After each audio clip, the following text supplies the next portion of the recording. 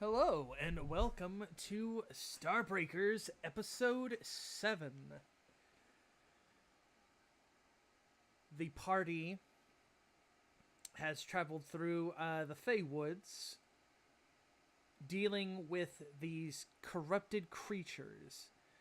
During one of the battles, our resident Starchild sorcerer Tori was infected, and they also discovered that Maribel, the mentor of Tori, was also infected with this strange corrupting disease. Maribel informed the group that Mother Bark, who is a dryad and one of the guardians of the Feywoods, that something had to have happened to her.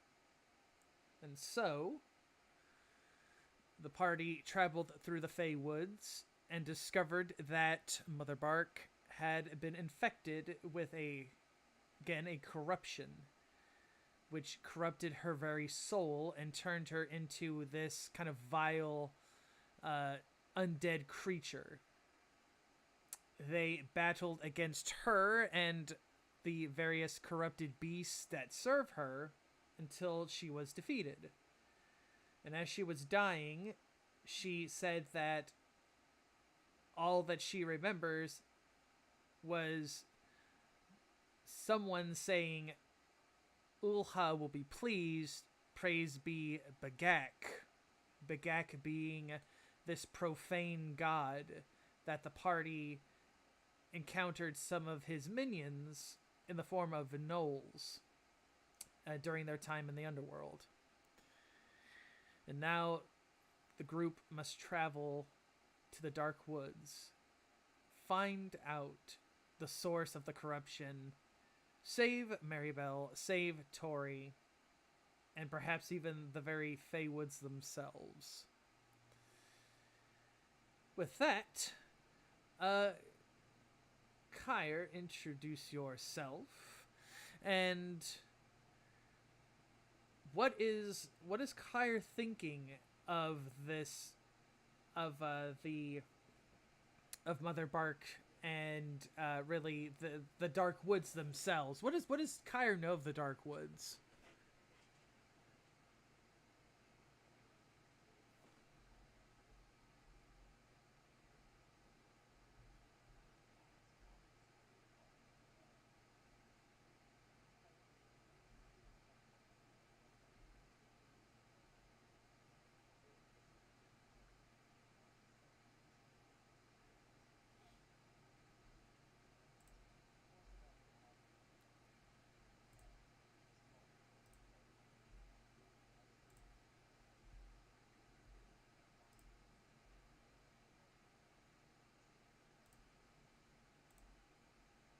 Indeed, it is a very rough time. And with that in mind, uh, Abel, introduce yourself, and what does Abel know of the Darkwoods?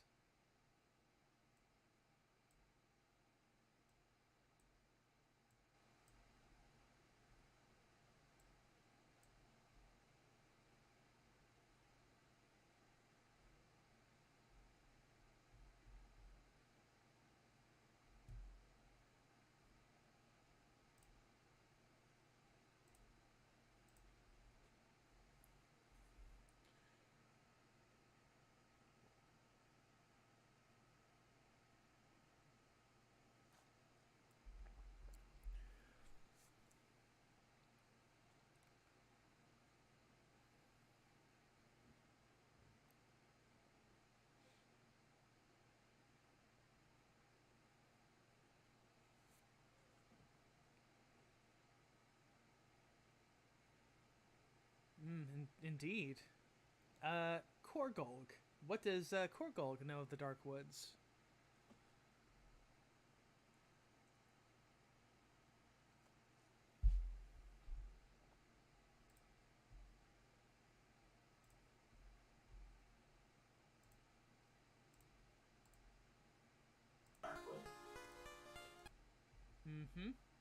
That is very much indeed. And Tori, what does Tori know of the Darkwood?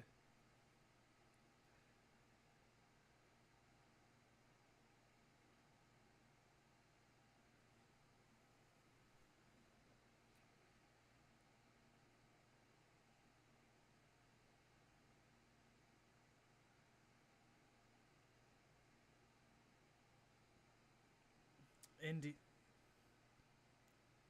No, indeed. You were told to never venture into the dark woods, but this is kind of a serious situation. And so, with that, we transfer over to the screen. And you find yourselves uh, back where we were before. Mother Bark's corpse having been kind of dissipated. Um, the dark woods themselves, it's a part of the Feywoods that's much deeper in. And so, with that, you kind of steady yourselves as you begin your travel.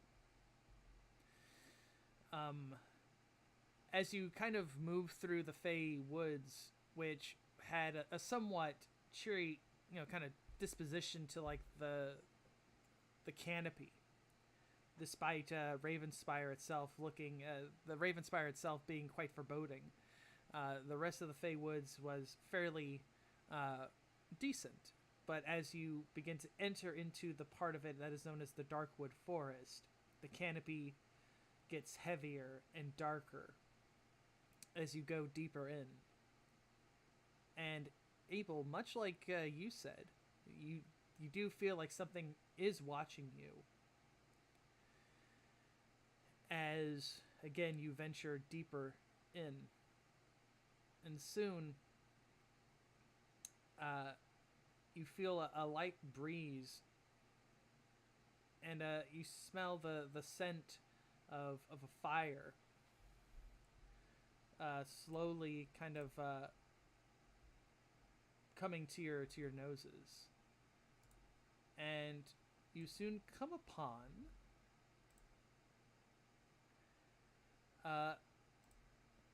a small group from there. You see a small campfire with roughly... There's a lot more individuals here, but these four are the ones who stand out the most to you. You see 3 people sitting by the fire, and a person kind of sitting on like a carpet. All of the people by the campfire, one of them looks to be human, and he's got a little frog on his head. You see another person who looks like a gnome. And you see another figure who looks like a wood elf.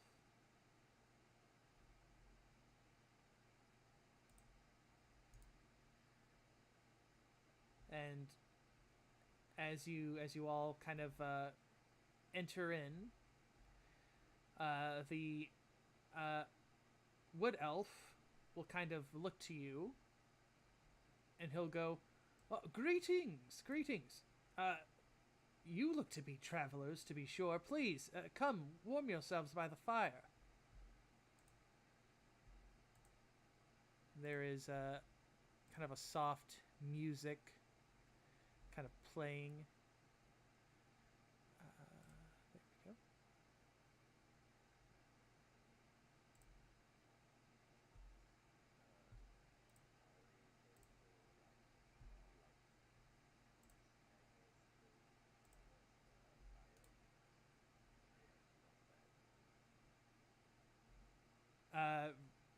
The wood elf kind of goes over to you, Tori, and he goes, "Please, do you need some help?" And he kind of holds your shoulder a bit to kind of like lead you towards the fire.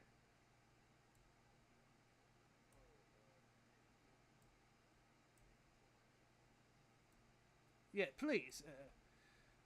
Please, all of you, come, sit by the fire. And he gives you a little piece of like fruit. It's like little berries.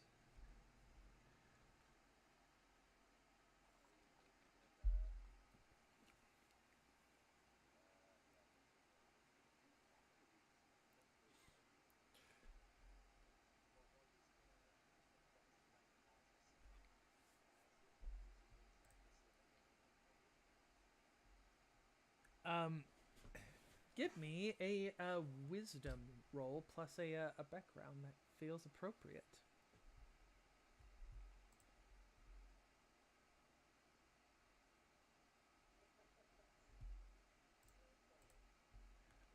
You inspect all the various people here, and none of them have purple wounds. And I'll give you a little bit extra. You can tell that these people are druids, but they are not. They are not high druids. These are druids of the Elf Queen.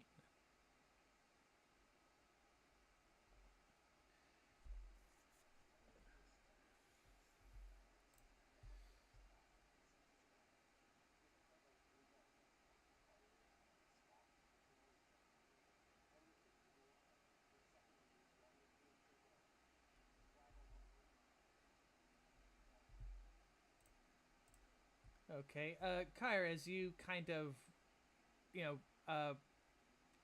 trot around with your horse, you'll see that there are various stones kind of placed, and there is some kind of runic magic on them that kind of slowly uh, lights up.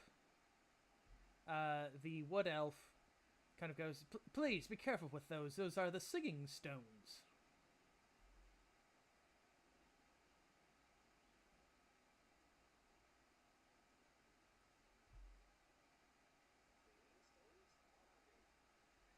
Uh, he goes, "Oh."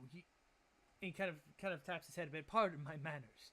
My name is Rylith Greenbark. This is Ord Willowvoice and Moa Twighorn. We are druids, you see. We are druids of the Feywoods.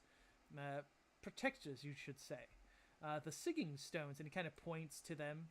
He goes, they are uh, stones infused with runic magic to keep well, he kind of shows like the dark woods to kind of keep the creatures of the dark woods from moving further into the Feywoods.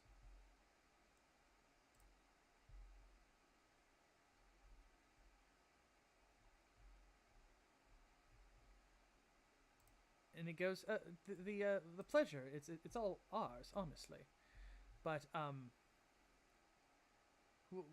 what are you all doing here?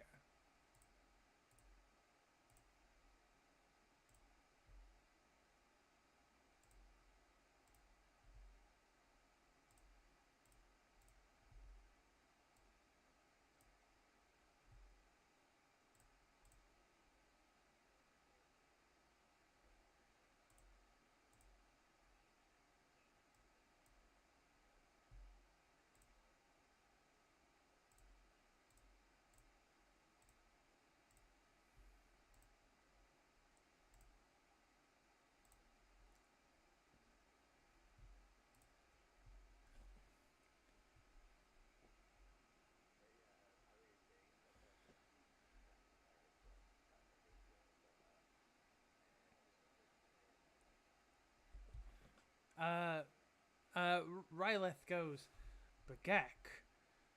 He goes, that's very disconcerting. Bagak is a profane god, not he kind of thinks for a moment and he goes, what do you know of the gods themselves? You know that there are bright gods and dark gods, correct?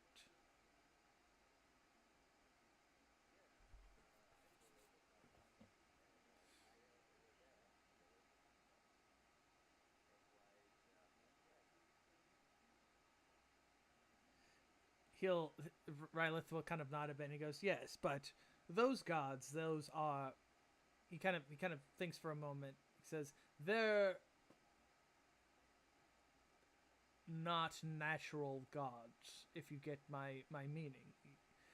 They're gods that were kind of created from the will of hu- kind of sputters for a bit. Essentially, there's the bright gods, there's the dark gods, but there are also the natural and the unnatural gods.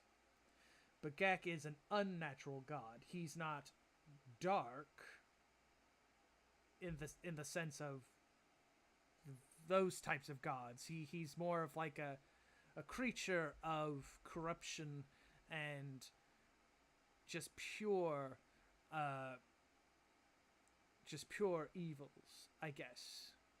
Whereas the natural is, of course, natural uh things like animals, the forests, natural spirits. He is an unnatural spirit. I guess is how we would quantify him. But the fact that you know who this is, this Bagak, that is very concerning. He kind of goes, the the dark woods have always been a dangerous place due to. He kind of looks about and kind of goes, there are some drow that hide themselves here. And they have been mostly they kept to themselves, but they've been slowly encroaching into the Feywoods. The singing stones have been able to deter most of them, and kind of shudders a bit. And we have seen some unnatural creatures as well. And he kind of sighs a bit, and he goes, "If only the hunting lord was here."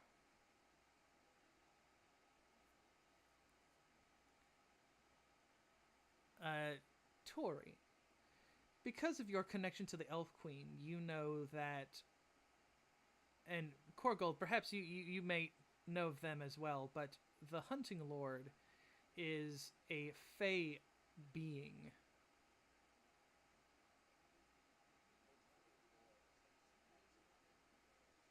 No, the Hunting Lord, yes. He kind of goes, the Hunting Lord is the natural god that we. He kind of points to himself, and there's again various other druids there as well, but they're not as important. You know, they're like low level druids. These three are kind of like pretty important druids. Uh, he goes, but he is very a very elusive being. He seems to only appear when he wants to, and we have tried praying to him, and we have tried to coerce him back to this place to, resume his duties as a god, but he just kind of goes wherever he pleases. He is a very powerful being, but sometimes the Fae are, by their very natures, capricious and fleeting creatures. But if he was here, I'm sure that this corruption, Bagak, would definitely not be so bold in his actions.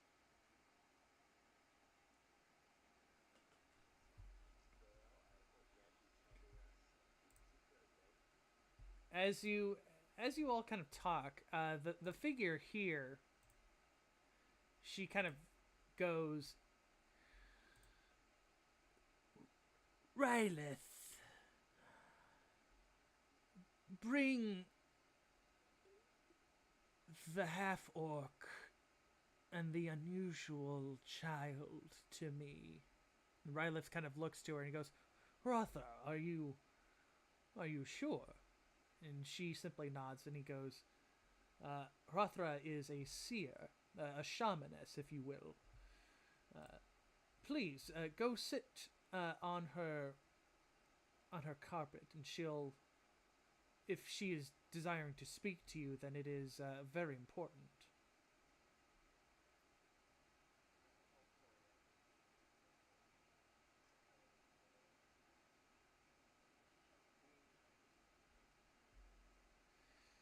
And as you all kind of go and sit by her carpet, you'll see a very old uh, dark elf woman. Uh, as she kind of opens her eyes, you see that they are milky white, that she is blind.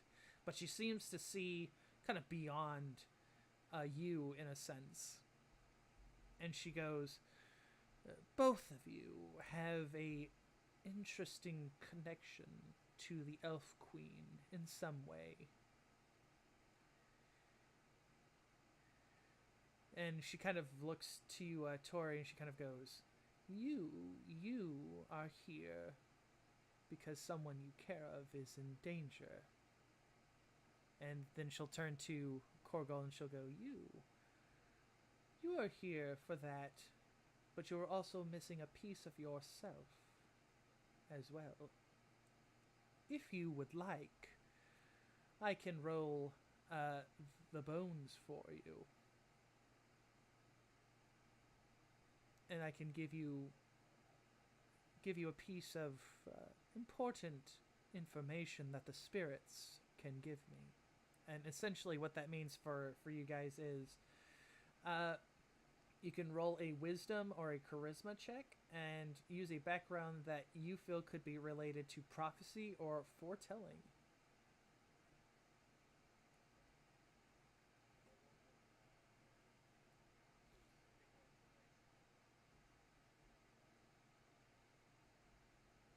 Okay.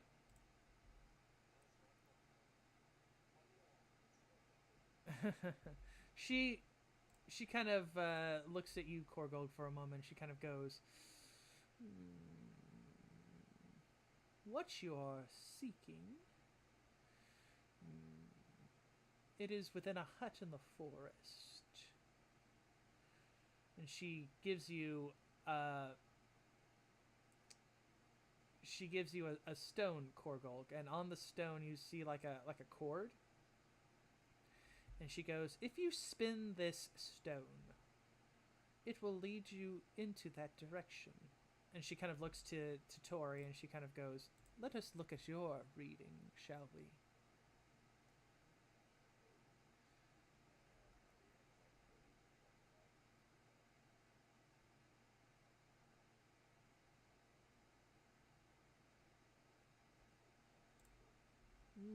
She goes, there is,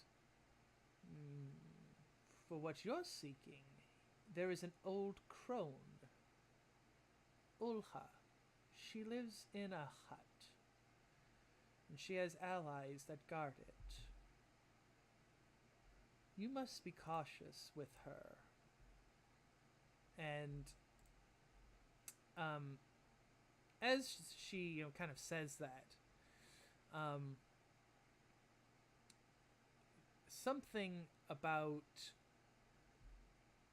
the atmosphere kind of changes. I'm going to change the music right now.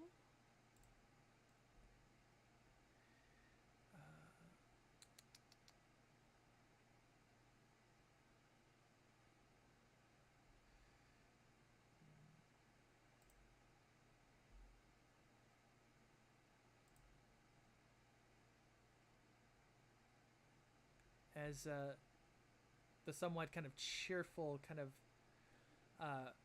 atmosphere kind of shifts, there is, you feel a heavy mist kind of rising from all around you.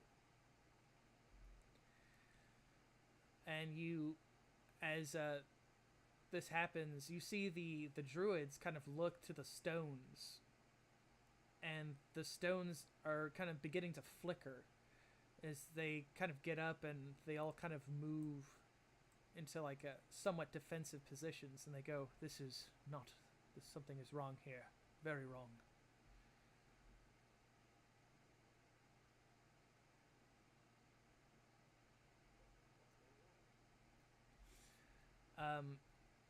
Tori, you and Korgold, you notice that Hrothra starts to look in this direction.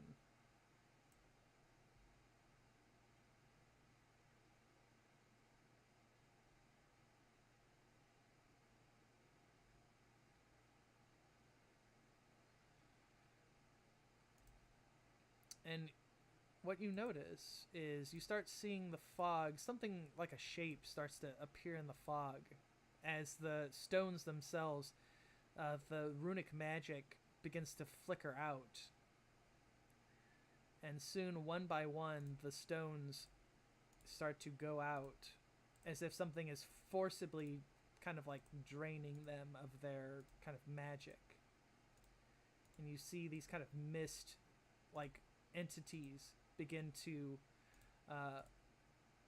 form. And at the very last stone, a huge creature. It is a forest spirit that has been corrupted by the same poison that kind of flows into you, Tori. And as you look at it, you can feel it. You feel the wound upon yourself begin to hurt, as it knows that you have been cursed. And it kind of opens its mouth, and you just see this kind of blackened fog kind of roll out of its mouth as the druids kind of go, no, this is not right. They look to Hrathra, and she kind of gets up, and she goes, and she kind of points to the druid. She says, go and work your magics to repair the singing stones. Quickly now. And she looks to you all, you adventurers, and she goes, please assist them. These things are not natural in any form. These are messengers of the corruption themselves. And with that, combat shall begin.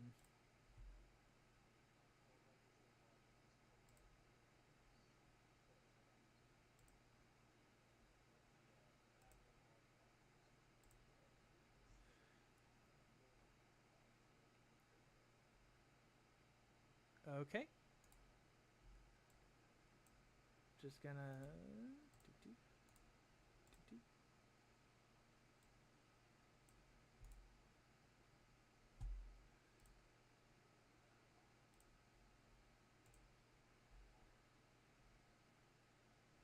Yeah, we can hear you. Yeah. Essentially what you see, Abel, is the... Oh, okay. Okay, sorry.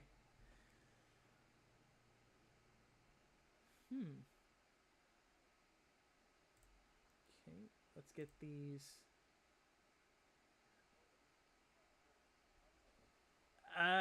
Yeah, you might want to roll them, because these guys are... they're gonna be tough. There's... Oop, there's a Crusader. Oop, there's the Orc Lords. Ooh, the Orc Lord's very coming in.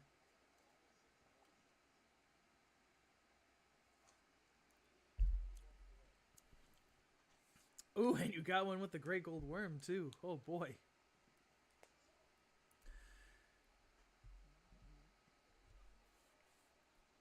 Yeah.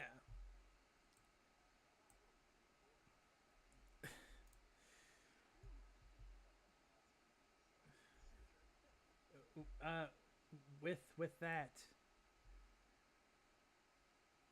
the corrupted forest spirit, in all of its evil, begins to float towards Tori.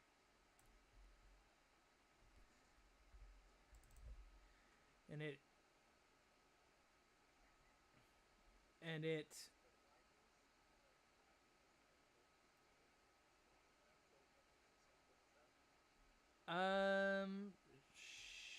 sure, but I'll just let you know you'll still be intercepted anyway, because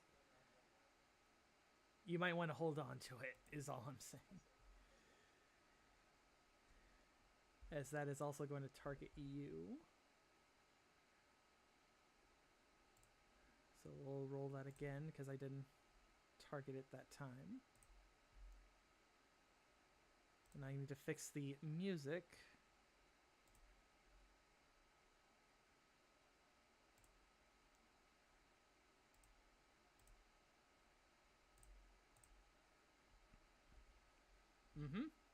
Okay. And that is, yep. Does that hit you, Tori?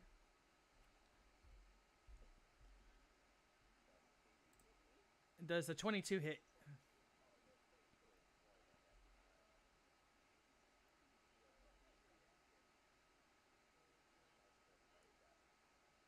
Okay. So if it hit, that is 20 cold damage, and you're stuck until the start of its next turn. As this kind of misty tendrils kind of envelops both of you, and it kind of, in this very wispy voice, kind of goes, "Yes, corrupt all."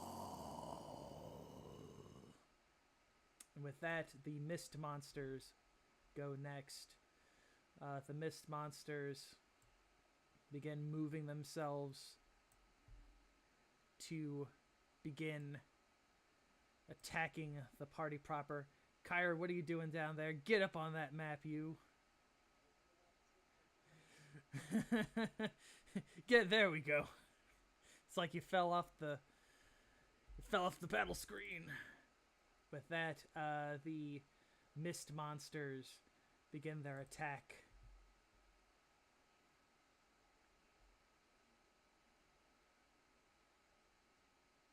That was a natural even hit. Abel, you take 9 cold damage, and then you'll take 5 ongoing cold, and you are stuck, but a normal save ends both. And so the mist monsters will begin moving towards Tori, taking advantage of your stucked nature.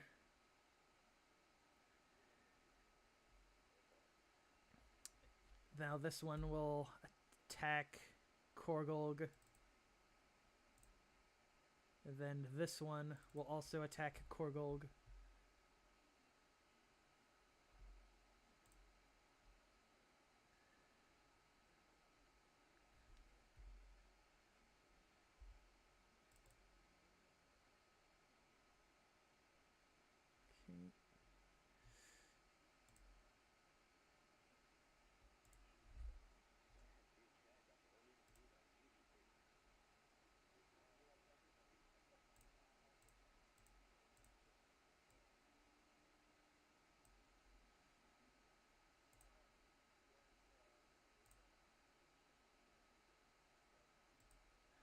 Yes. I think so.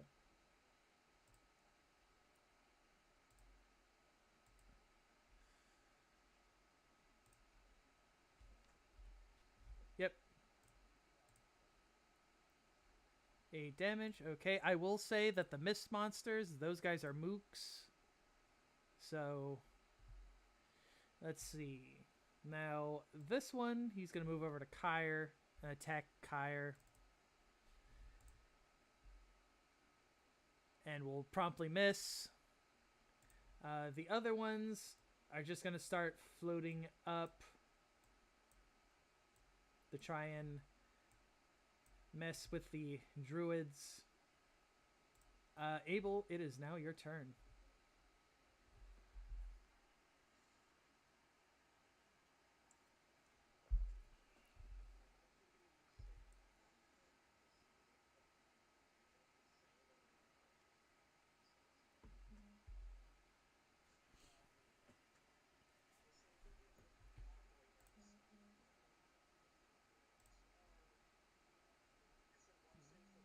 Yep.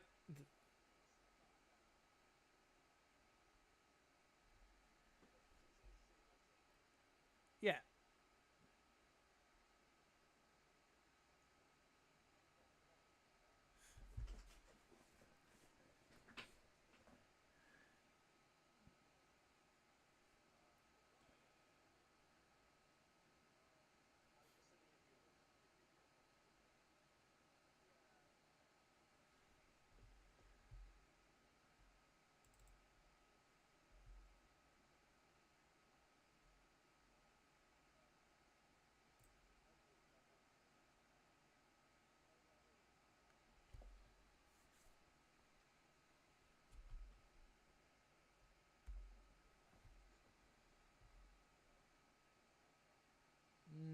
No, you would have to, like, I think you have to commit.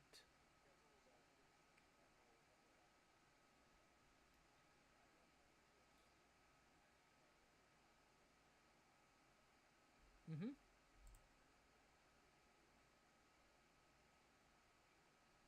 That's a 23. That definitely hits, and that's 22 damage. Yeah, the 22 will definitely kill it. Okay, he is dissipated. Whoop, dissipated into mist as this one will take the turnover damage.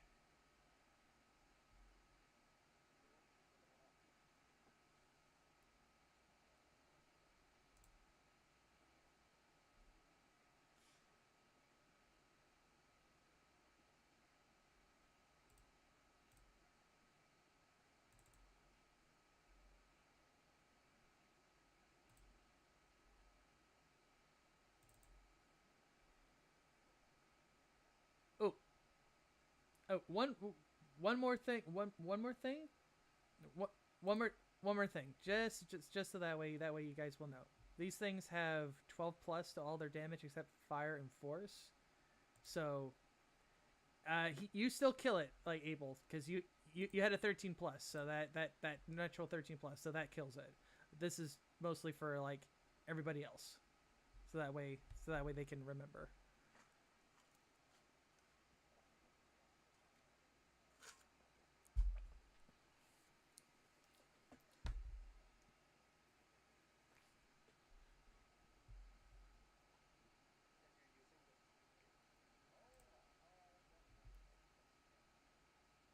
That is okay.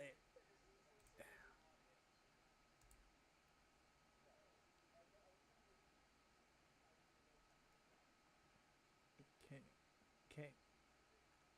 Okay. Let's see. That's 50 damage. Yep. That he's dead.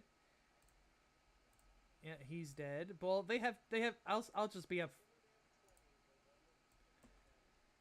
Yep. Yep. So then we'll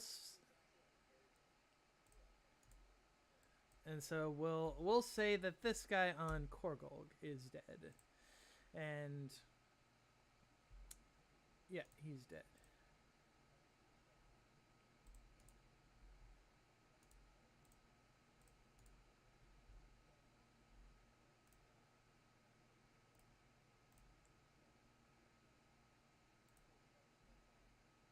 Okay, with that, is there anything else? Okay,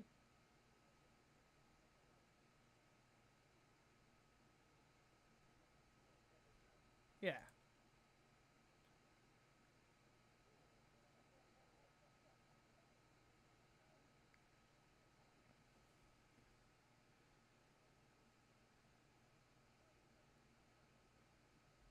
Okay, so yeah, you're saved against the ongoing damage and the stuck. And with that, Kyre, it is your turn as Abel kind of got that mist monster off you. As this is going on, the druids uh, they're going to be running towards the stones. He's going to run past them. They're going to attack. I'll give just a quick attack for them. Uh, with that, go ahead.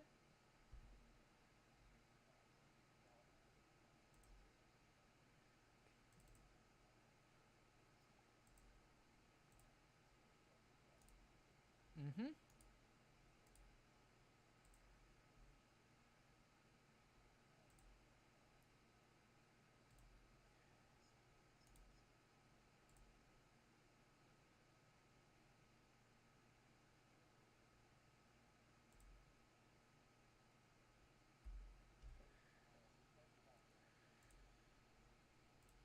Yes, that is a miss. Yeah.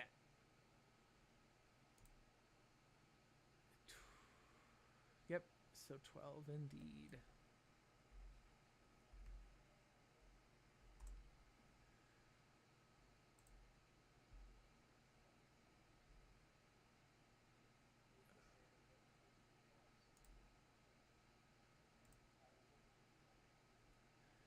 Okay, let me hold on. Let me see here. Okay, so first one.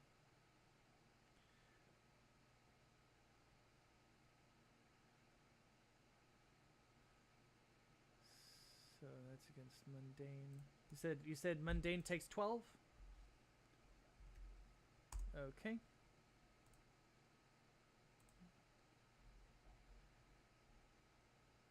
Uh-huh.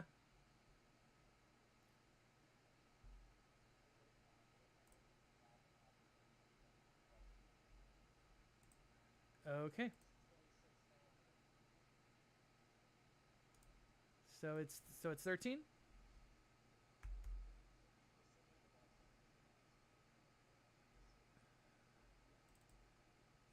Uh actually he has this. Okay. Yeah.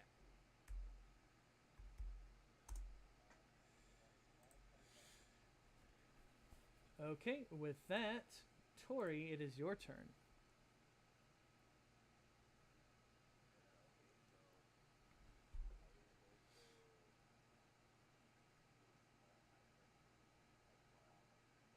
Okay.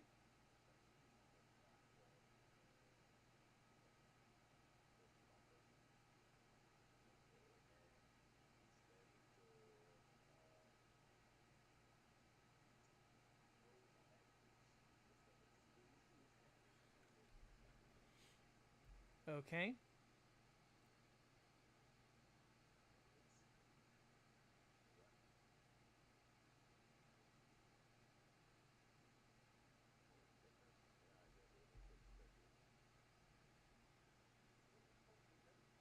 Let's see.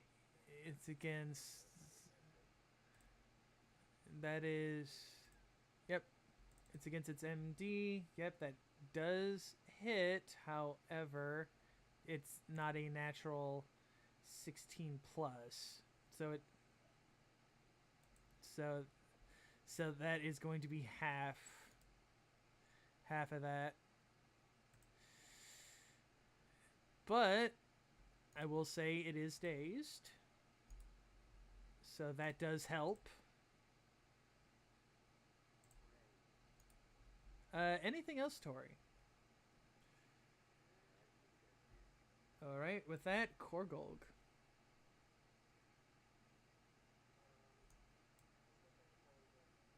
Okay, alrighty. Also, Tori, did you take your ongoing? Oh,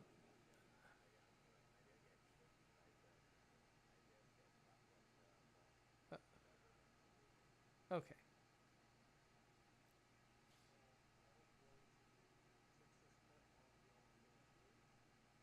okay,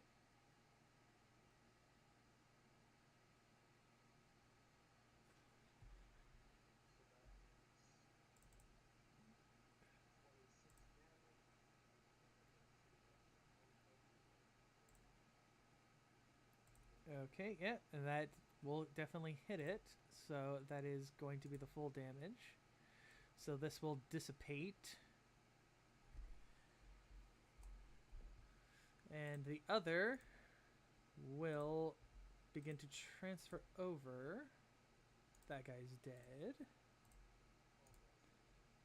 Yep, all the ones around you are dead, so that means that these ones are going to start taking it. So let's see. That's 26.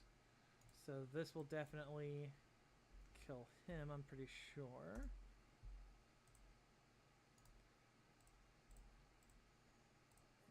And this one will have 6.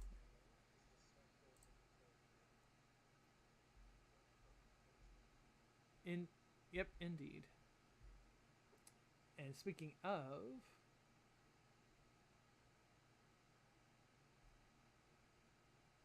with that, you are no longer taking the ongoing damage, but it is now its turn.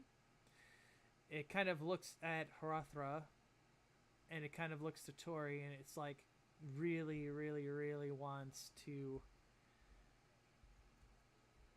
Yeah, but it's like you guys are kind of in its way, so it's going to. it's going to use its Misty Tendrils again. It's going to try and hit Kyre with it.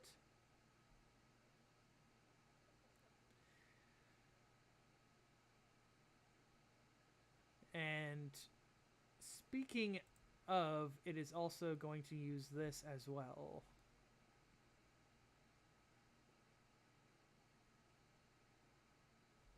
And ooh, this is, oh boy, Kyre. You have to start making last gas saves.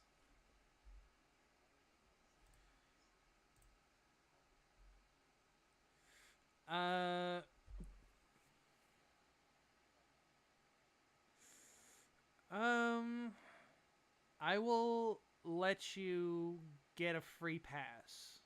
How does that sound? So basically that means that instead of having to do like 4, like basically you automatically succeed 1.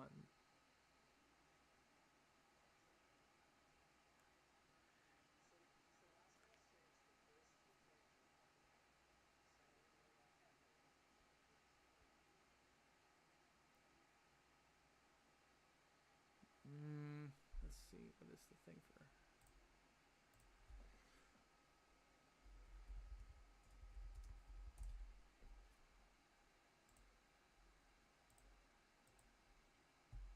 Let me look at the combat rules here. Let's guess saves.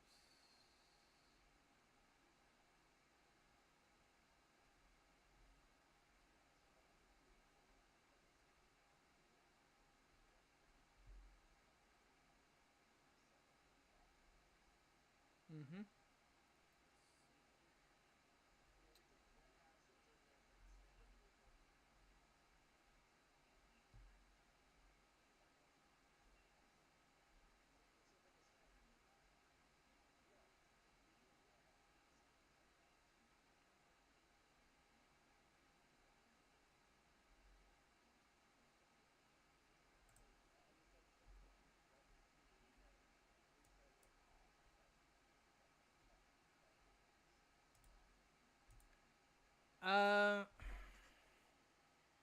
That's what I'm trying to think of.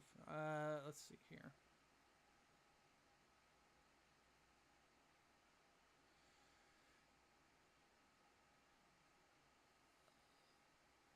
I will. You said you want to use the Diabolist or the Crusader? The Crusader.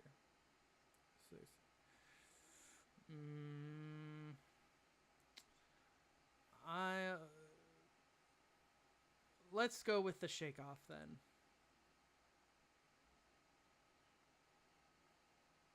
Okay.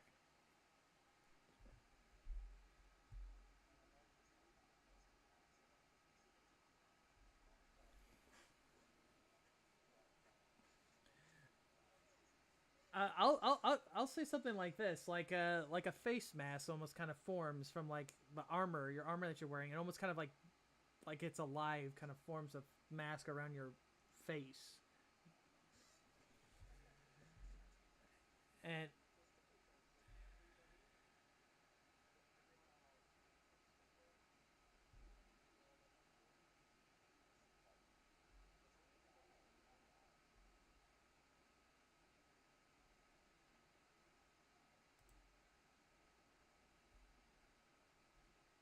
yes, this is a very tough monster. But with that, the mist monsters will begin. Whoop! I totally got rid of.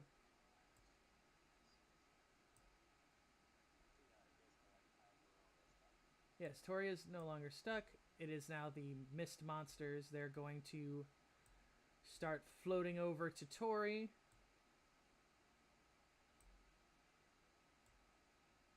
And they're going to start floating over to Abel. We'll do the ones on Tori first, who's looking pretty tough. That's the first one. This is the second one. pretty sure that one will miss. Oh boy, Tori.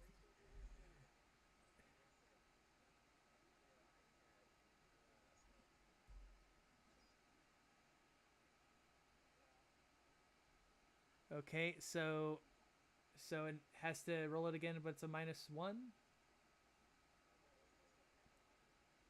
Okay, penalty -1. Okay.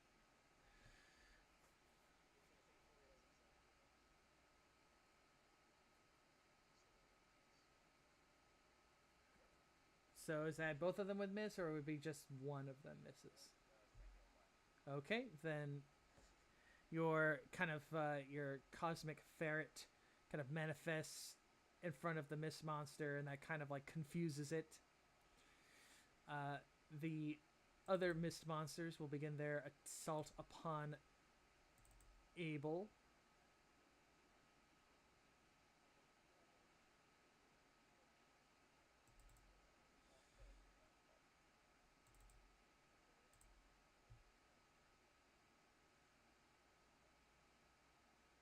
You cannot be stuck twice, so the stuck condition won't happen again.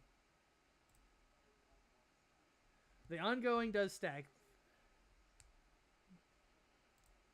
Yeah, the second one wasn't even, so that's okay. With that,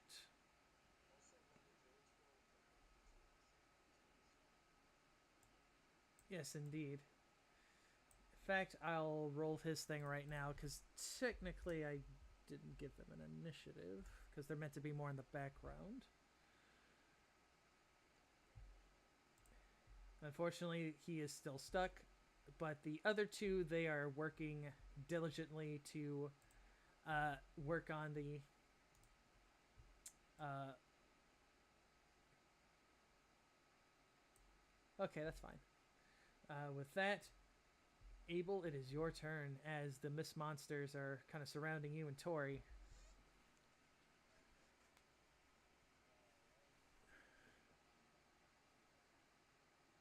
Indeed.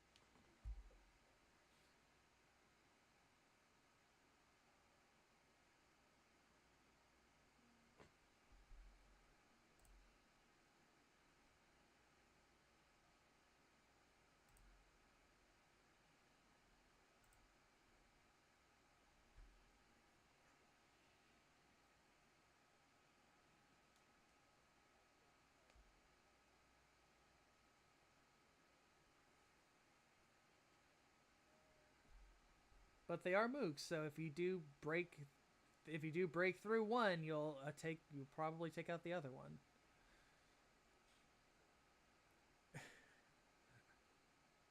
You well, there you go. See, yeah, like that's basically three of them, basically. Well, no, no.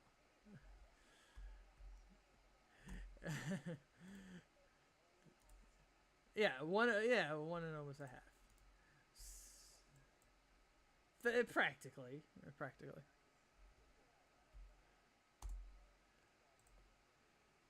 Yeah.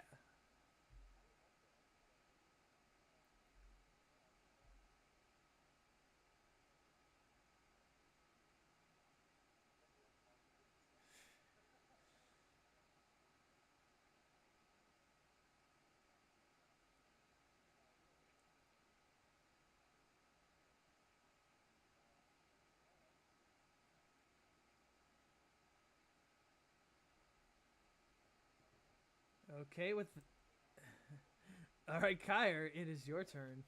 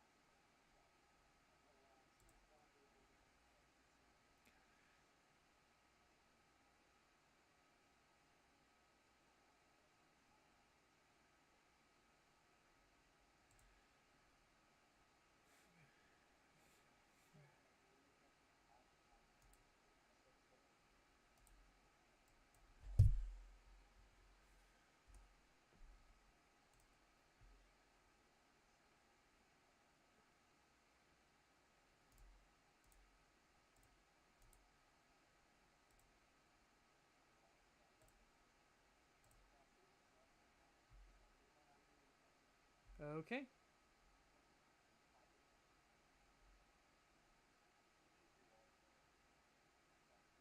Uh, yeah, yeah. He doesn't do ongoing. It's the mist monsters that do ongoing. He just does.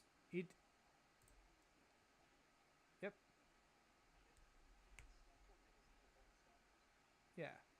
Yeah. Yeah.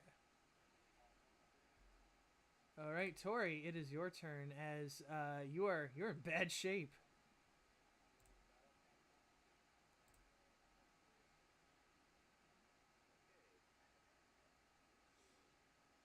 Now, Tori. As you begin to heal, you feel that a part, some of your vitality does not uh enter you. So so you will take so you have the 22, but you heal half that.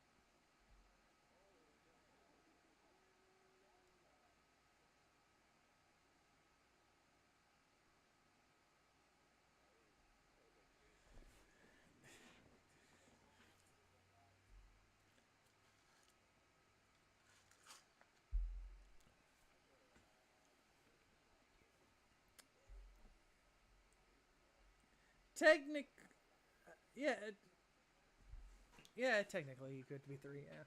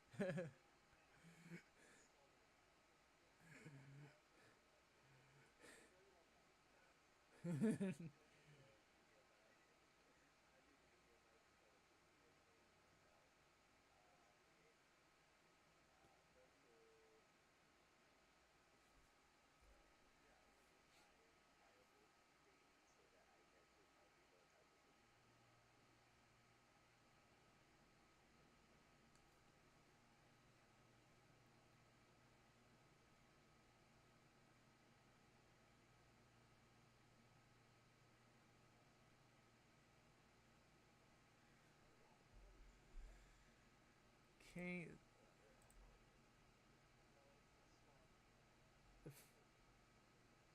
Okay, so yeah, so that one doesn't take them, but everybody else, yeah, it is fire damage, and the mist monsters are vulnerable to fire. So,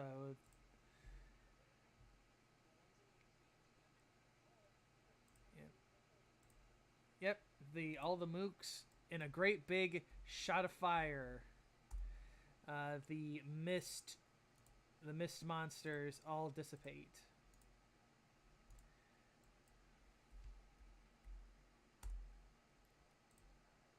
but still the big one is still standing.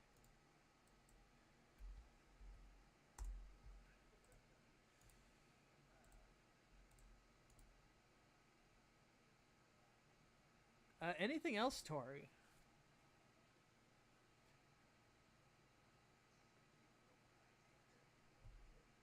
Okay, Korgolg, it is now your turn as the druids. You see them, kind of having their hands out towards the stones, and you see them kind of like pushing with all of their might, and you see kind of like magic kind of moving through them as they start to slowly do so. Uh, I'll just do Rayless thing real quick just to see if he's able to get out of it. And he is still stuck, but he's desperately trying to get over there to help. So with that, again, Korgolg, it is your turn.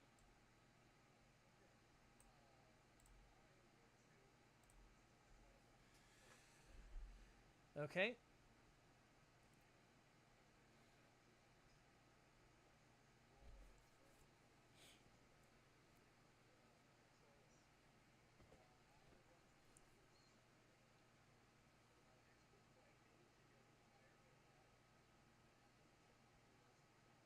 Mm-hmm.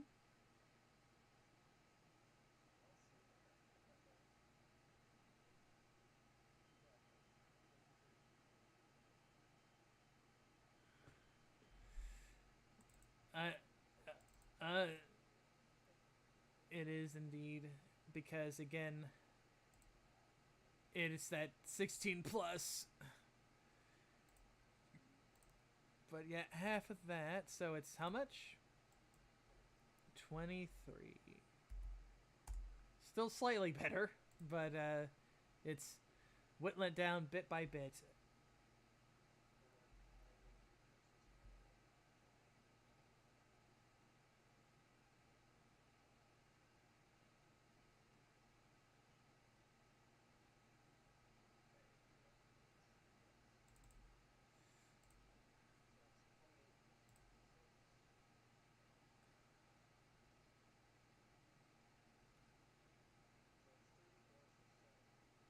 Mm-hmm.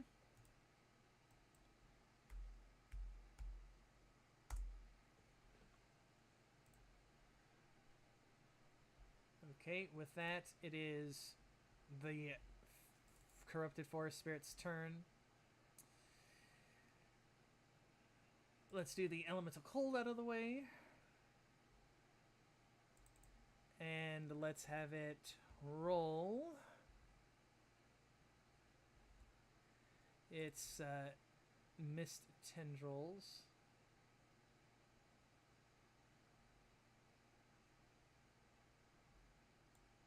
And I'm gonna do something a little good here to kind of help you guys out a little bit. Harathra is going to begin chanting. So for the rest of the battle, it will not use the last gas save, but she will definitely be attacked by it next turn because of it. Indeed.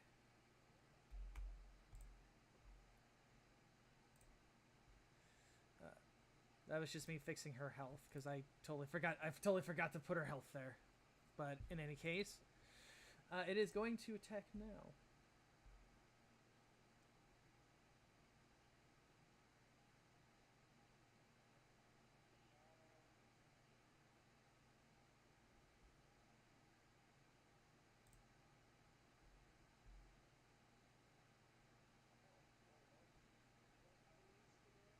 What have you?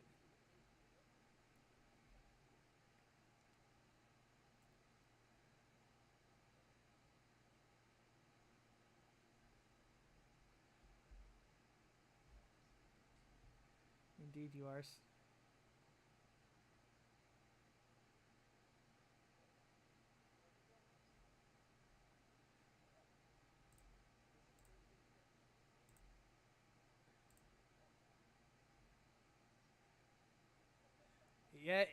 Yeah, yeah. It didn't hit Kyron. It did not hit Tori. It only hit Korgold, and it critted on Korgold. Uh, with that, the mist monsters are all dead, so they don't matter. Uh, Abel, it is your turn.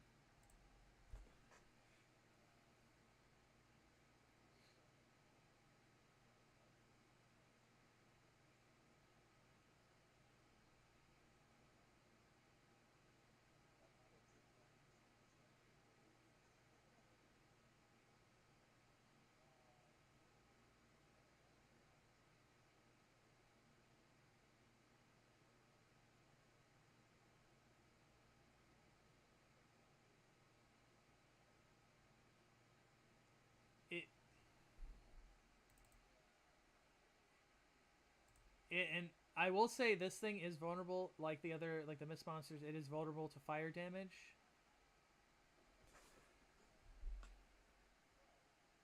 Also, when does days end? Does it have to roll a save, or is it into?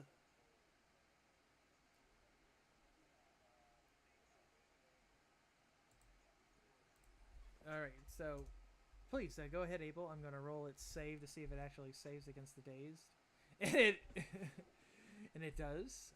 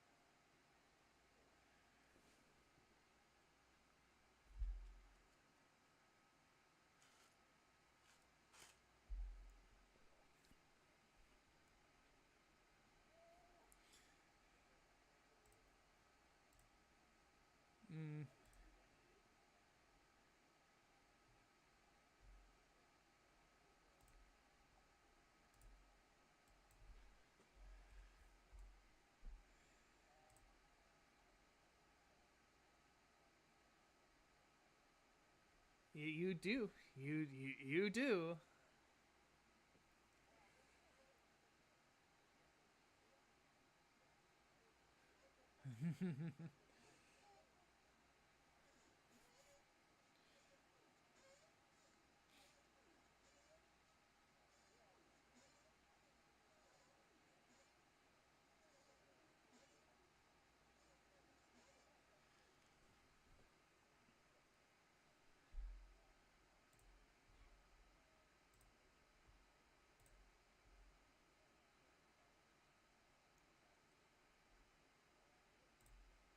It is vulnerable to fire. It was the 12. Yeah, it says here it has resist to all damage except fire or force. So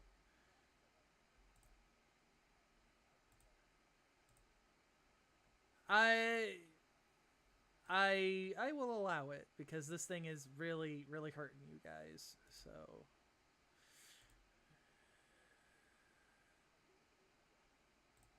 yeah,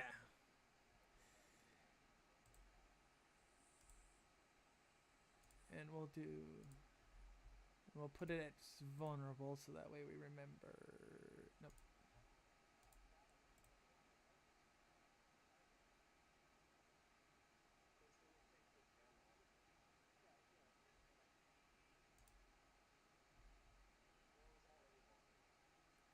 Yeah.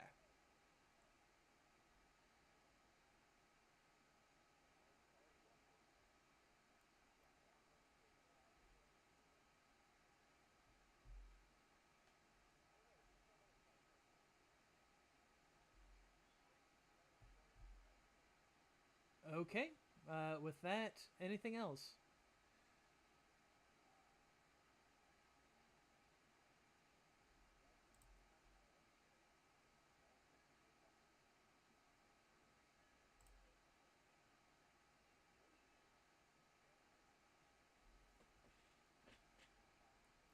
Yep, you're good to go, Kyre. This thing is it it is like this thing has been verily corrupted.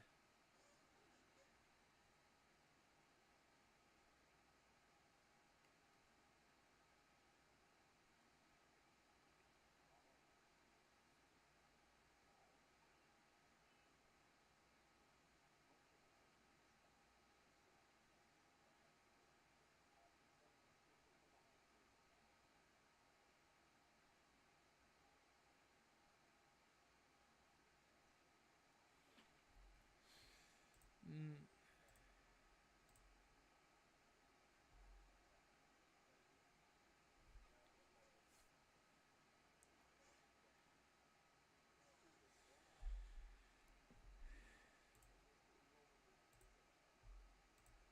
And so that is how much?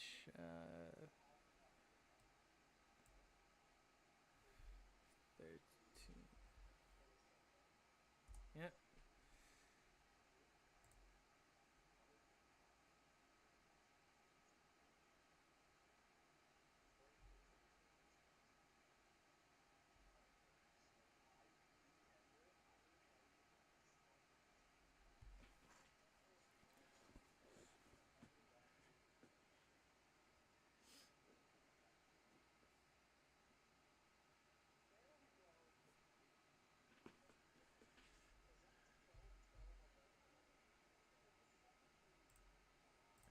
Oh. Oh my god, guess what? That's literally how many hit points it had left. uh Kyre, you're just so angry at this thing not dying that you like your eyes that are kind of like black and red, they just like light up with like this intense just anger, and you just recklessly cut this thing to shreds as the battle has ended, and just in the nick of time as uh, the other two druids were able to successfully get the singing stones back on Reelith. Uh, Reelith eventually gets unstuck. And Hrothra kind of looks to you, Kyre, and she kind of nods her head. And she'll go, "Please, rest now. Your journey is not yet begun." And with that, you guys can take a rest.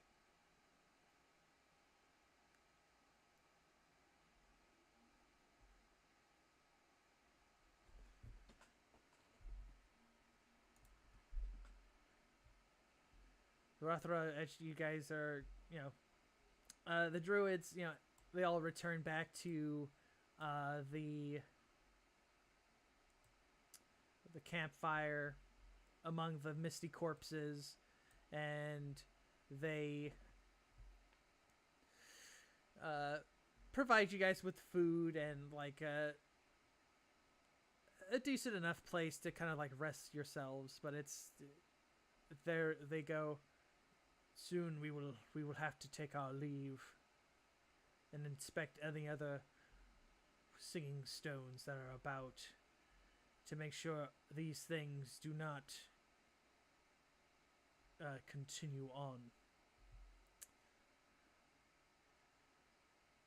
And as soon as you guys rest, you see that indeed the druids and Hrothra are nowhere to be found, and you guys are literally sleeping on what looks to be piles of leaves and a slowly died fire. With that, you will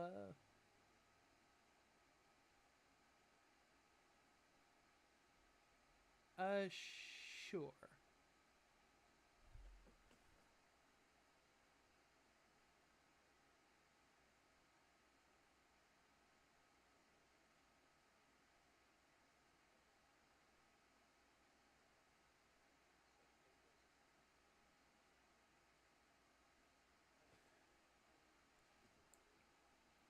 Yes, they will until you got.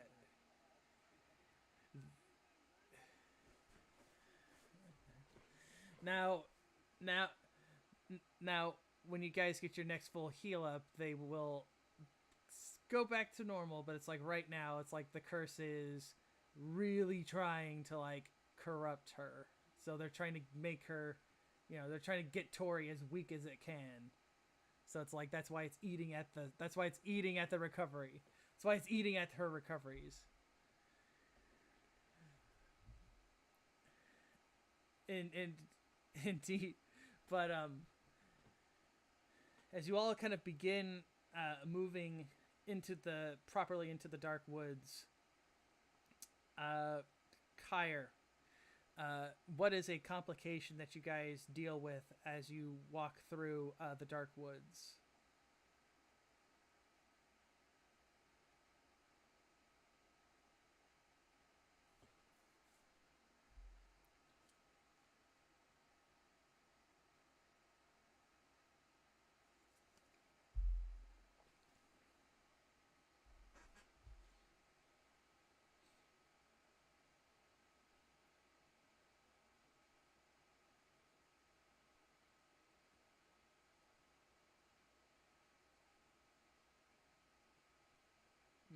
Indeed. Uh, Korgulg, how do you kind of solve this situation with this kind of viscous, kind of corrupted sludge that is like trying to like basically pull you guys into its embrace, almost like a living ooze.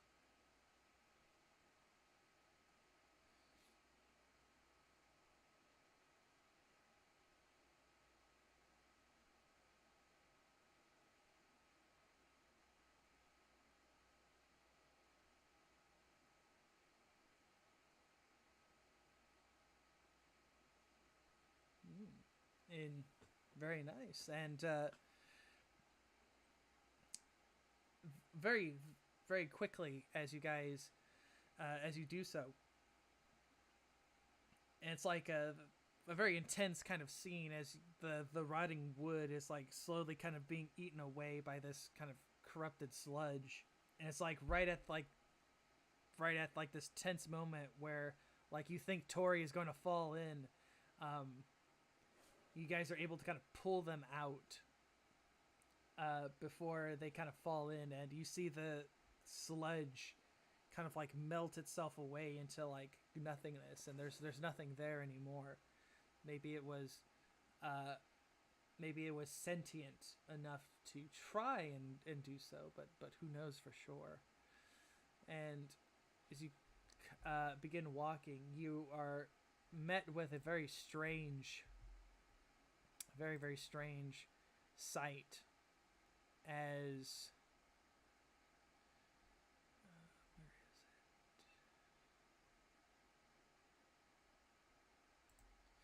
There we go. As you soon find yourselves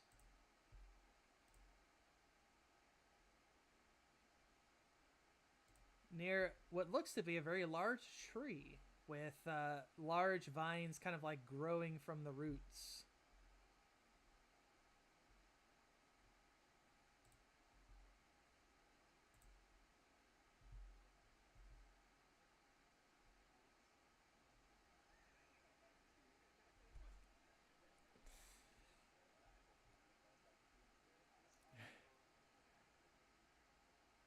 No, no. These are not Keebler elves. They are elves, but they're not Keeblers.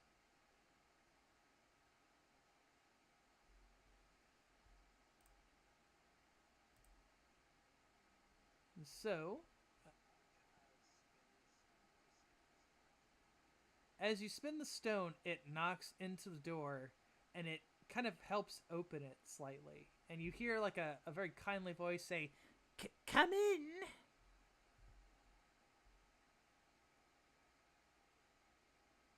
Please come in. Don't let the wind in. The wind's been quite drafty these days.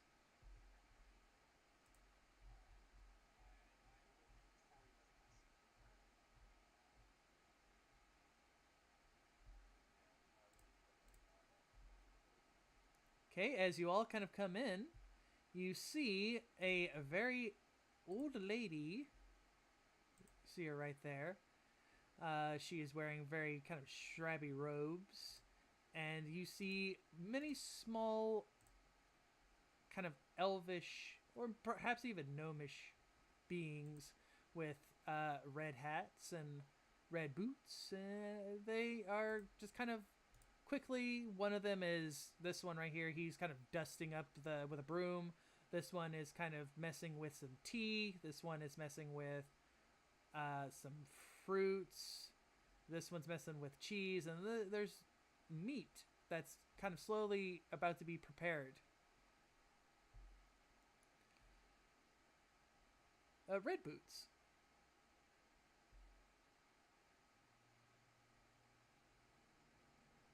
What are you getting at, sir?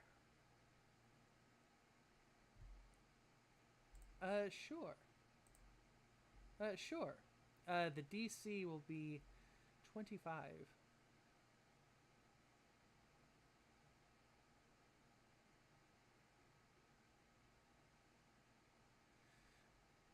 Uh, uh, yes. A, a Korgolg. As you kind of look at them, uh, maybe this one right here. As you kind of look at them, and he's kind of preparing the tea, he smiles at you, but the smile is very gnarled, and you as you kind of look at him, you kind of go, his boots, they are red, but that's not usually the color that red is naturally made. It seems almost bloody in a way.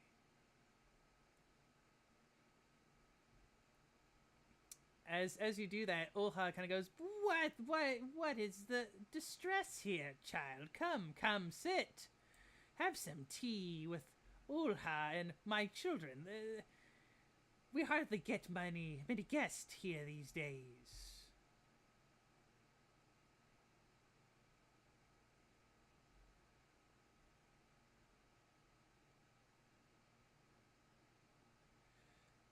As you say that, you'll hear Ulha go, So, you have some of the heritage yourself, then?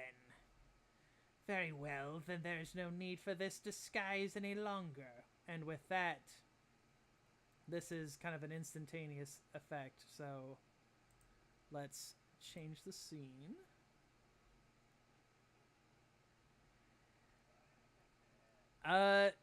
No.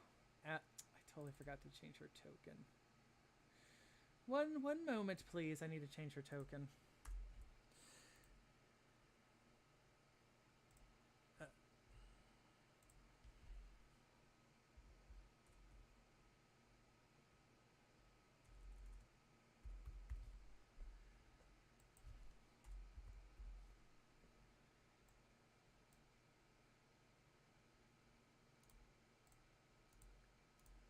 Yes, yes, you were like super sus, and with that though, your assumption, of course, was correct.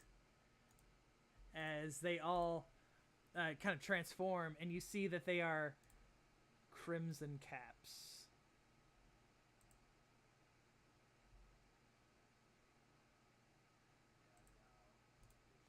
And she is indeed a hag.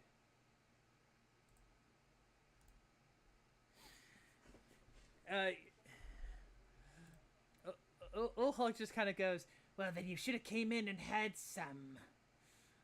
We prepared this delicious tea for you. And the Crimson Cap right here picks one up and he kind of drops it onto like the floor, and you see it fizzle like it's made of acid. But of course, we had to have one of the Fey blooded here. And she kind of points to Tori. And you! And she kind of like stomps, and you hear like this heavy stomping as she does so. She goes, you have some of the blood, but something else. You have some of the corruption in you. Ooh, even better, even better. If we could corrupt you, Bagak would be so pleased with me. So did you all come here to die by Ulha's hand? That sounds very, very wonderful.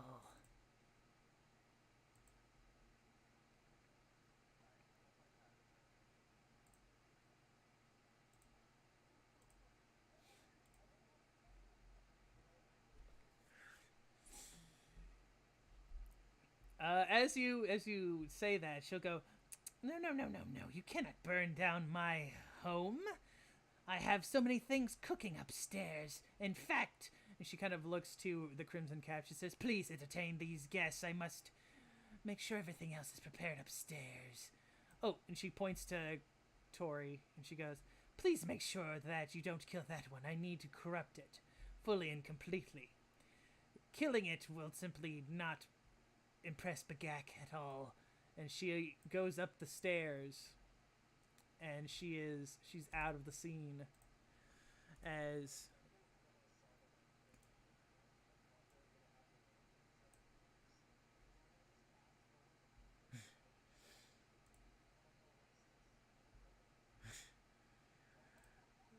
well, they are Crimson Caps, so they would be very what do you call it? Very not happy anyway.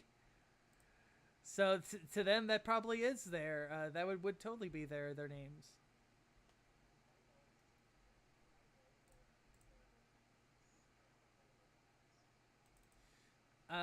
About them being dipped in blood, you probably would.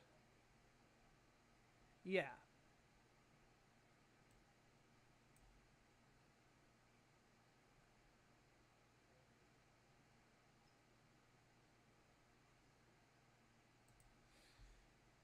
Okay, with that, let's get their initiatives going.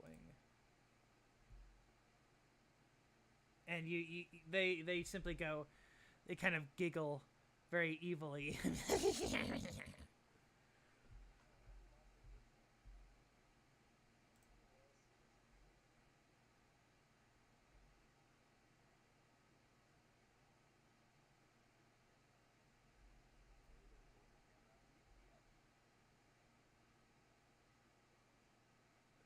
But with that though, Abel, you're first.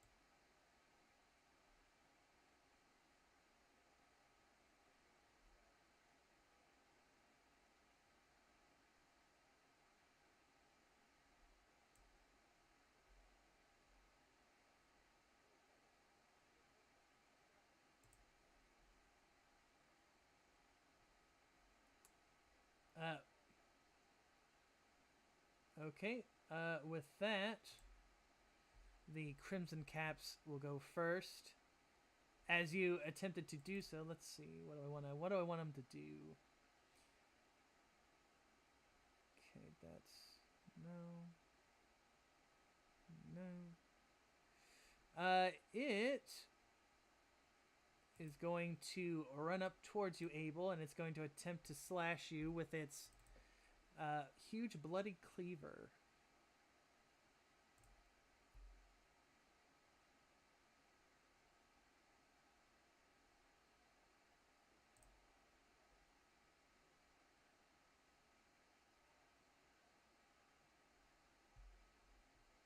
Does a 28 hit?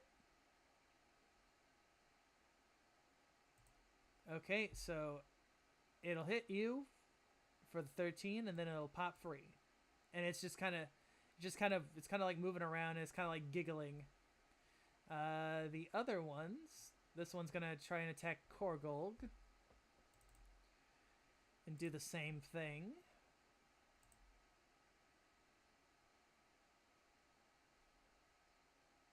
Okay.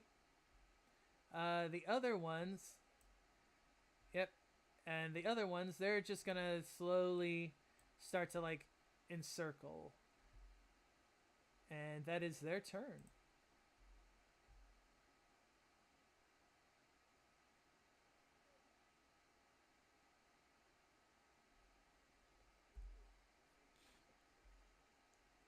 Uh, we totally can.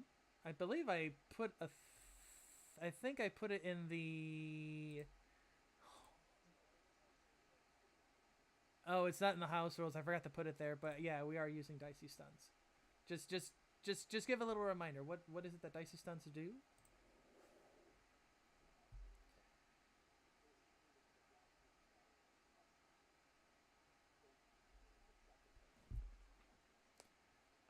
Okay, that sounds good to me.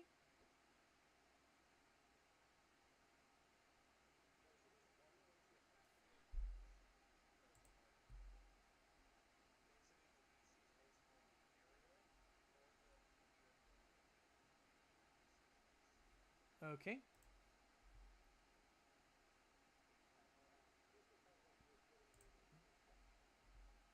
Yeah, you're able to squeeze in.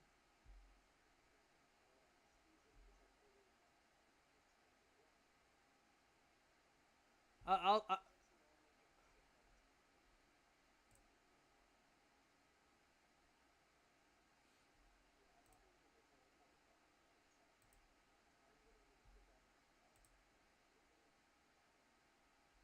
yeah, and these guys are not resistant, so they will definitely hurt when you hit them.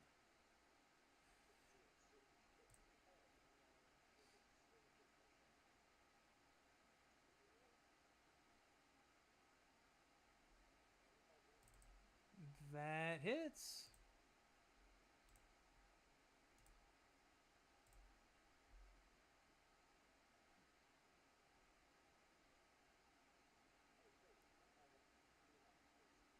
Oh, yep.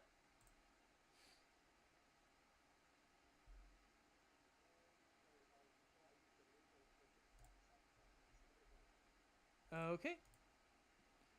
With that, Tori, it is your turn.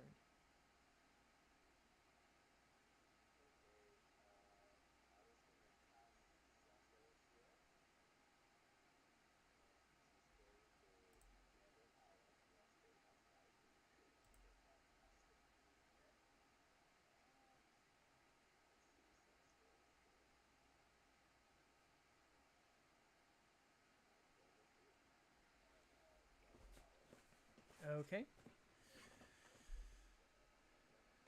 Okay, and that's 13 to a nearby enemy. Well, it'll be this guy, probably. Oh, you're right. Oh, you're right. Right. Right. Okay, with that, Korgold.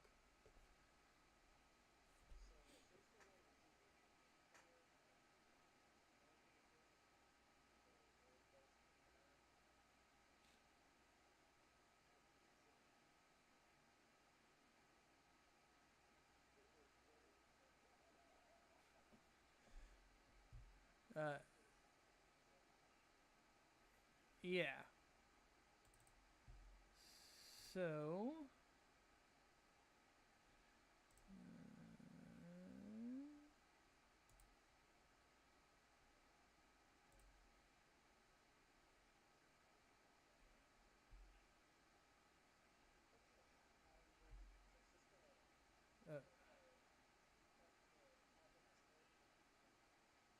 Okay.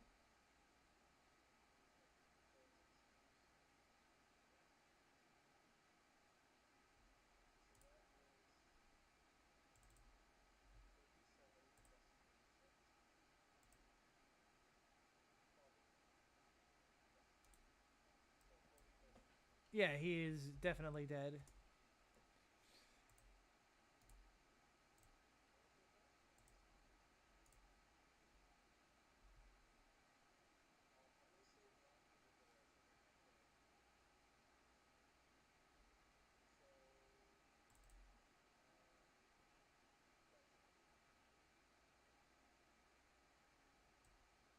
Okay, with that, Abel, it is your turn.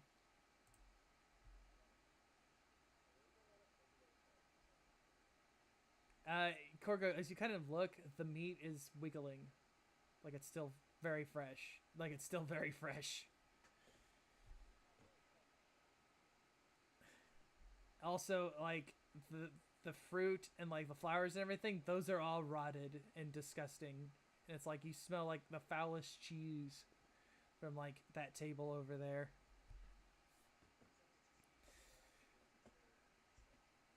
Yeah, but it's like the cheese. It's like the cheese that they make that has like the maggots in it.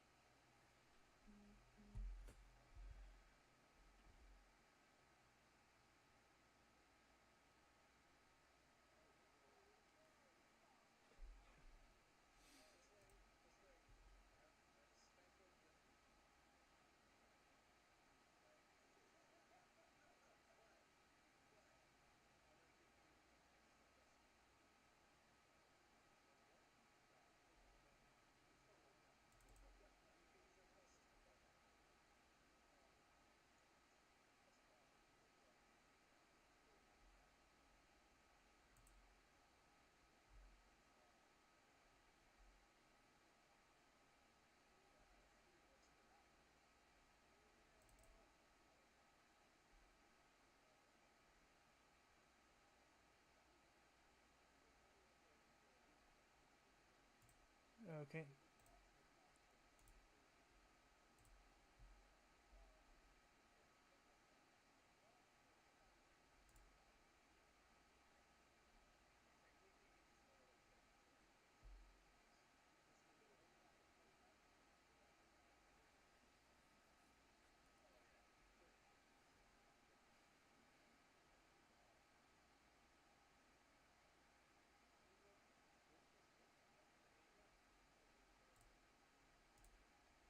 Okay.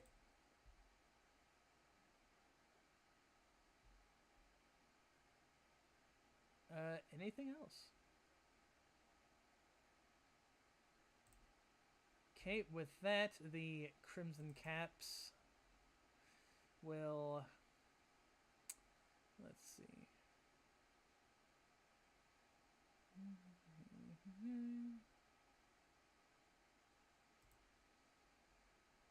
It is going to move up and it's going to strike at you with its cleavers again. It is very angry.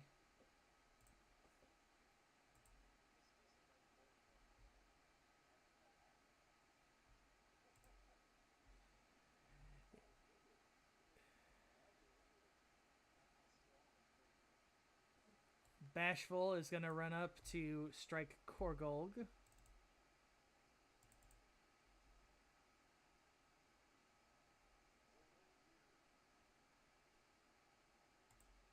And it will pop free.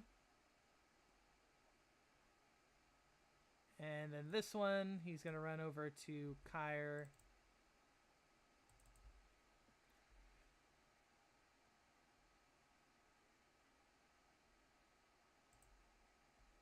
And this guy, he is just gonna move up.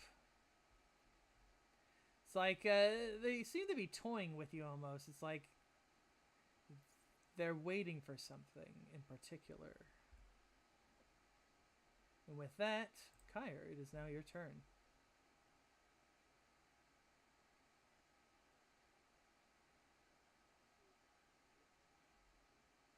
Yeah. This one is Bashful Pop Free. Yeah.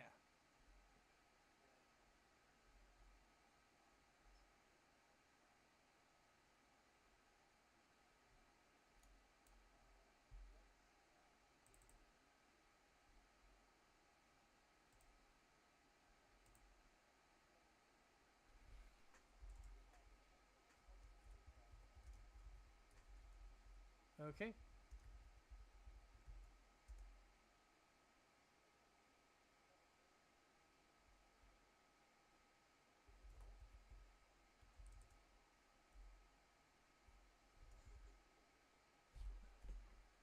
Okay.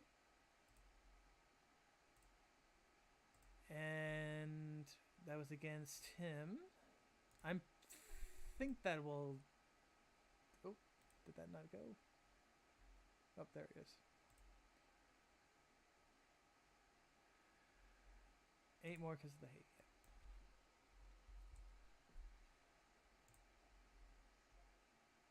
Yeah. Okay, and that was against him. Okay.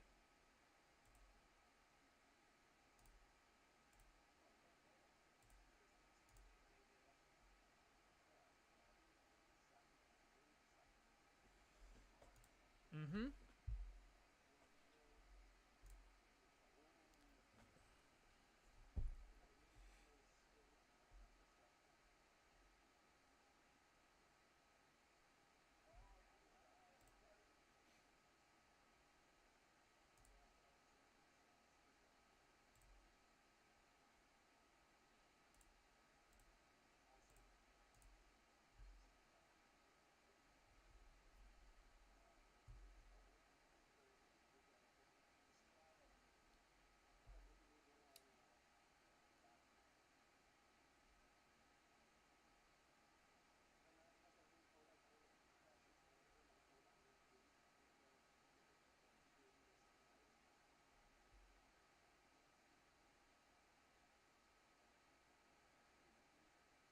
With that, Tori, it is now your turn.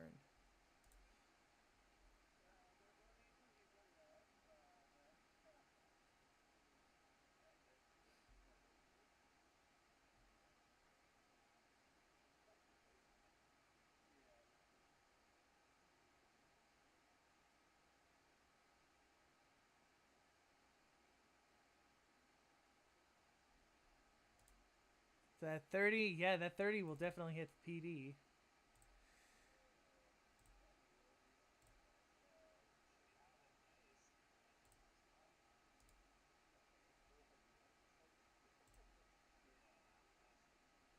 Was that what? I have to ask. Did you gather power?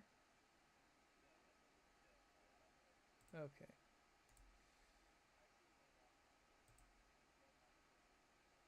Oh, it didn't. Oh, there.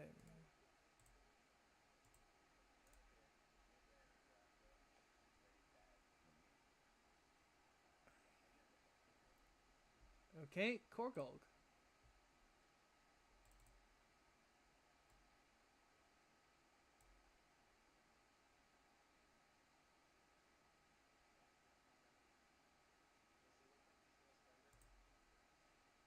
He let me roll a morale check. We'll go with 51 and up, he will surrender. 50 and under, he will not.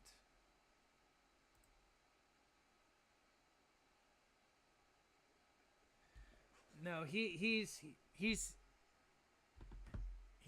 kind of in a blood rage, if you will. He's seen all his brothers cut to pieces, and he's very upset about it.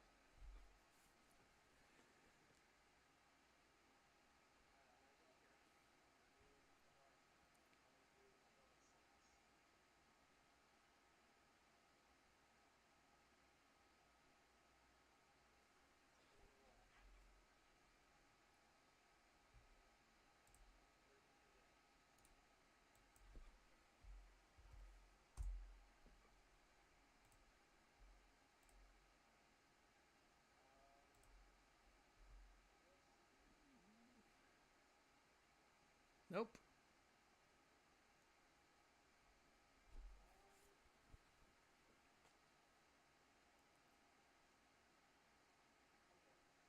All right, with that, Abel, it is your turn. As Korgulg is kind of struggle fighting with this crimson cap.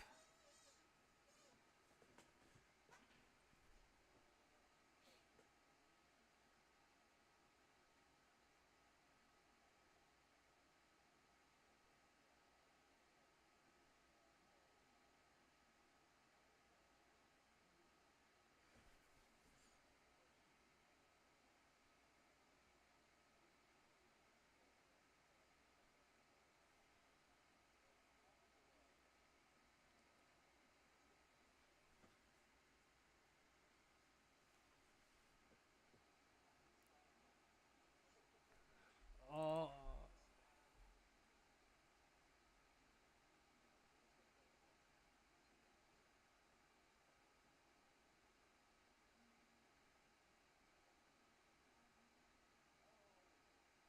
Unfortunately,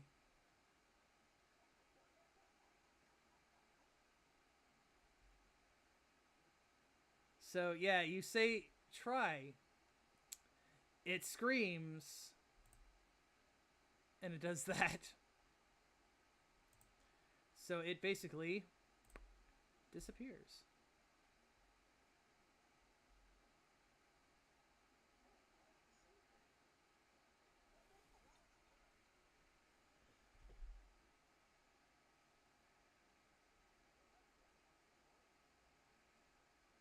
And this is a free action that it did.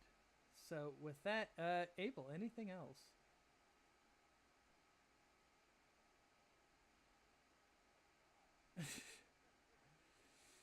uh,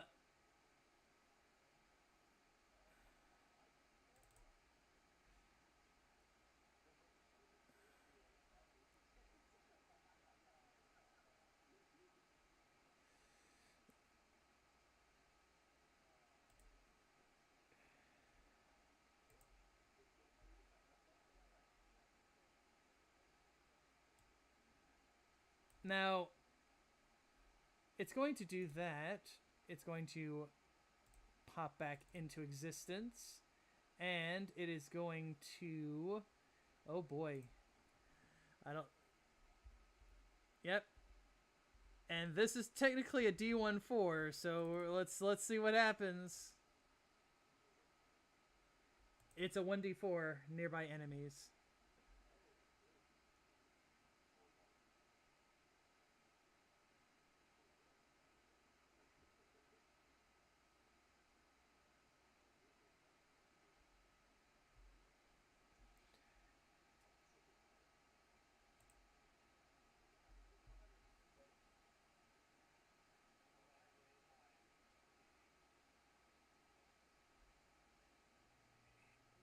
What was that?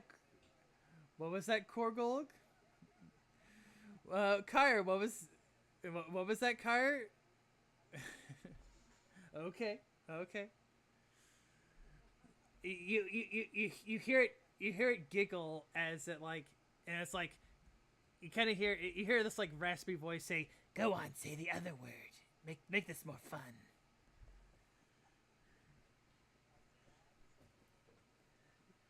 No, they're not allowed to say the word. It's a bad word. They're like, you want me to get in trouble?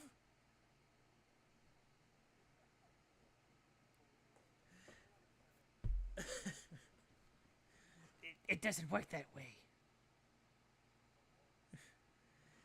You can want it all you want, but you won't get it.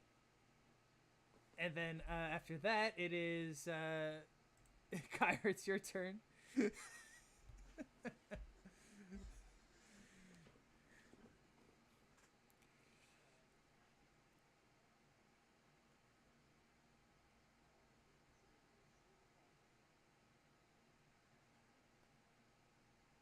That was one of the words I was thinking. That was one of the words I was thinking of. uh, yep, that is a miss.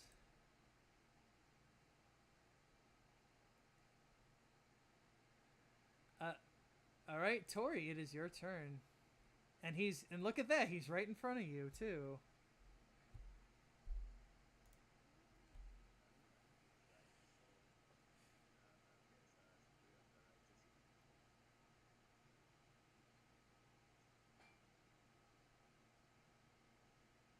Okay,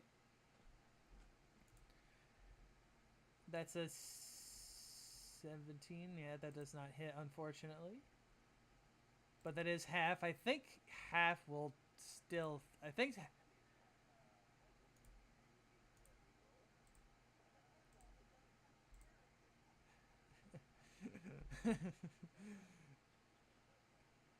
You do have to say the word. It is part of the commander.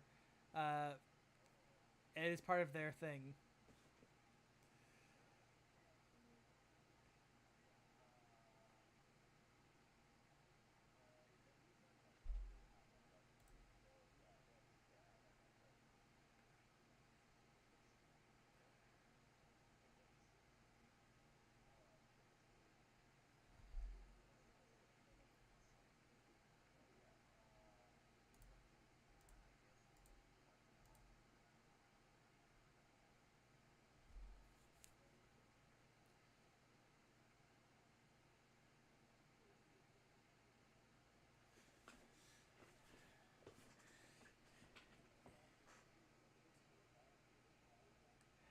Yes.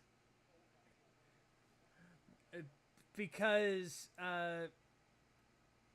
I mean, technically, I could have given them all separate things, but I was like, oh no, I'm gonna have to think of like 600. I'm gonna think of like.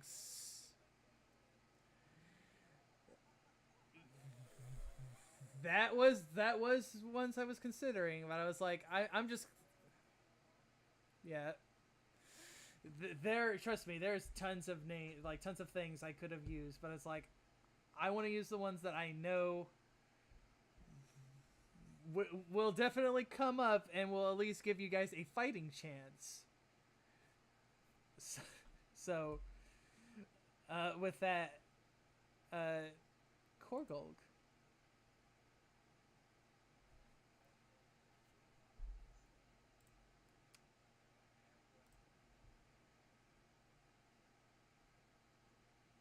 He's like, "Are you sure you don't want to say another word? Come on, yeah, you do. Can you do that? Can you do that thing to like your friends? Can you use that on yourself? Come on, come on." And as he continues talking, you just kind of say "shut up" and you just immediately strike him down. Yeah, you immediately strike him down.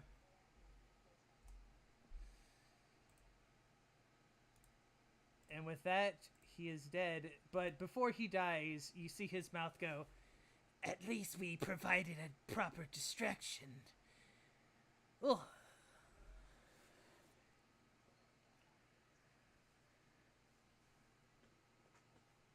he does vanish.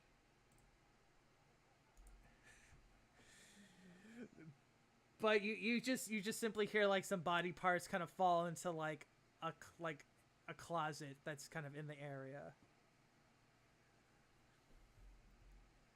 But indeed, the combat may be over, but he did make some interesting words, ritual. So that means that something is definitely happening upstairs.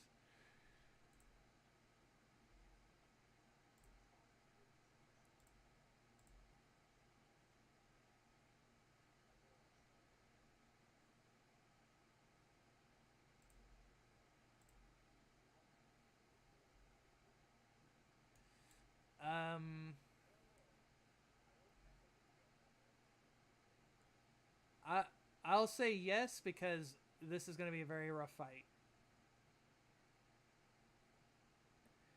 In fact, if you guys want, we can end the session here and start it fresh next time because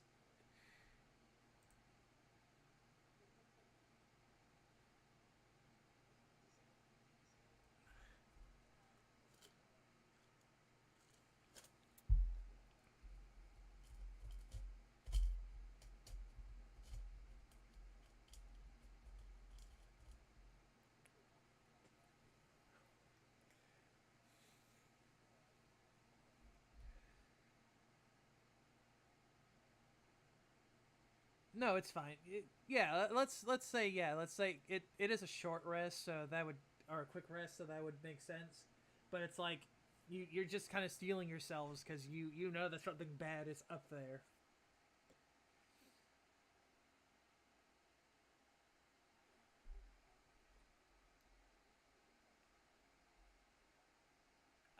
I will say this. I'll just put you guys on top of where the fight is going to happen.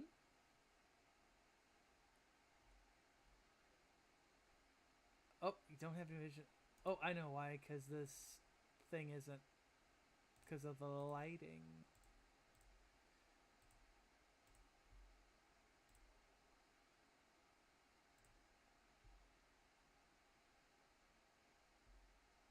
And let me get.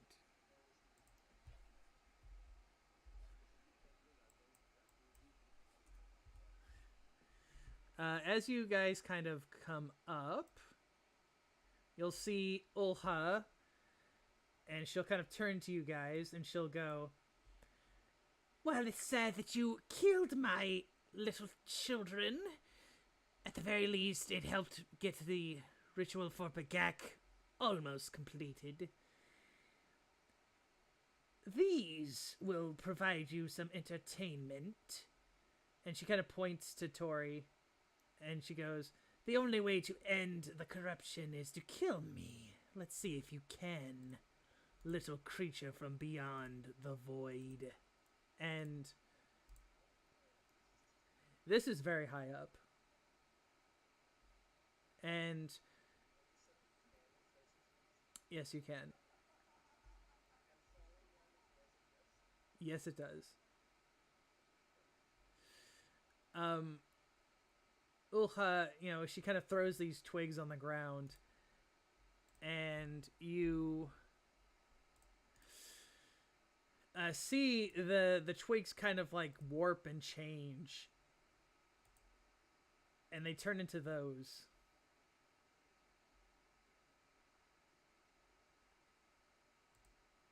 And with that, we will end the session for tonight as you guys will be facing off against. Ooh, while we're here, let's do that. And let us return to the main.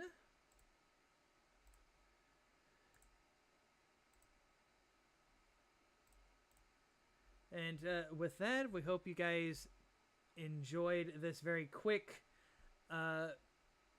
episode of Starbreakers, as they will now have to deal with the Hag of Bagak, her corrupted creatures, and whatever she has been doing with those bubbling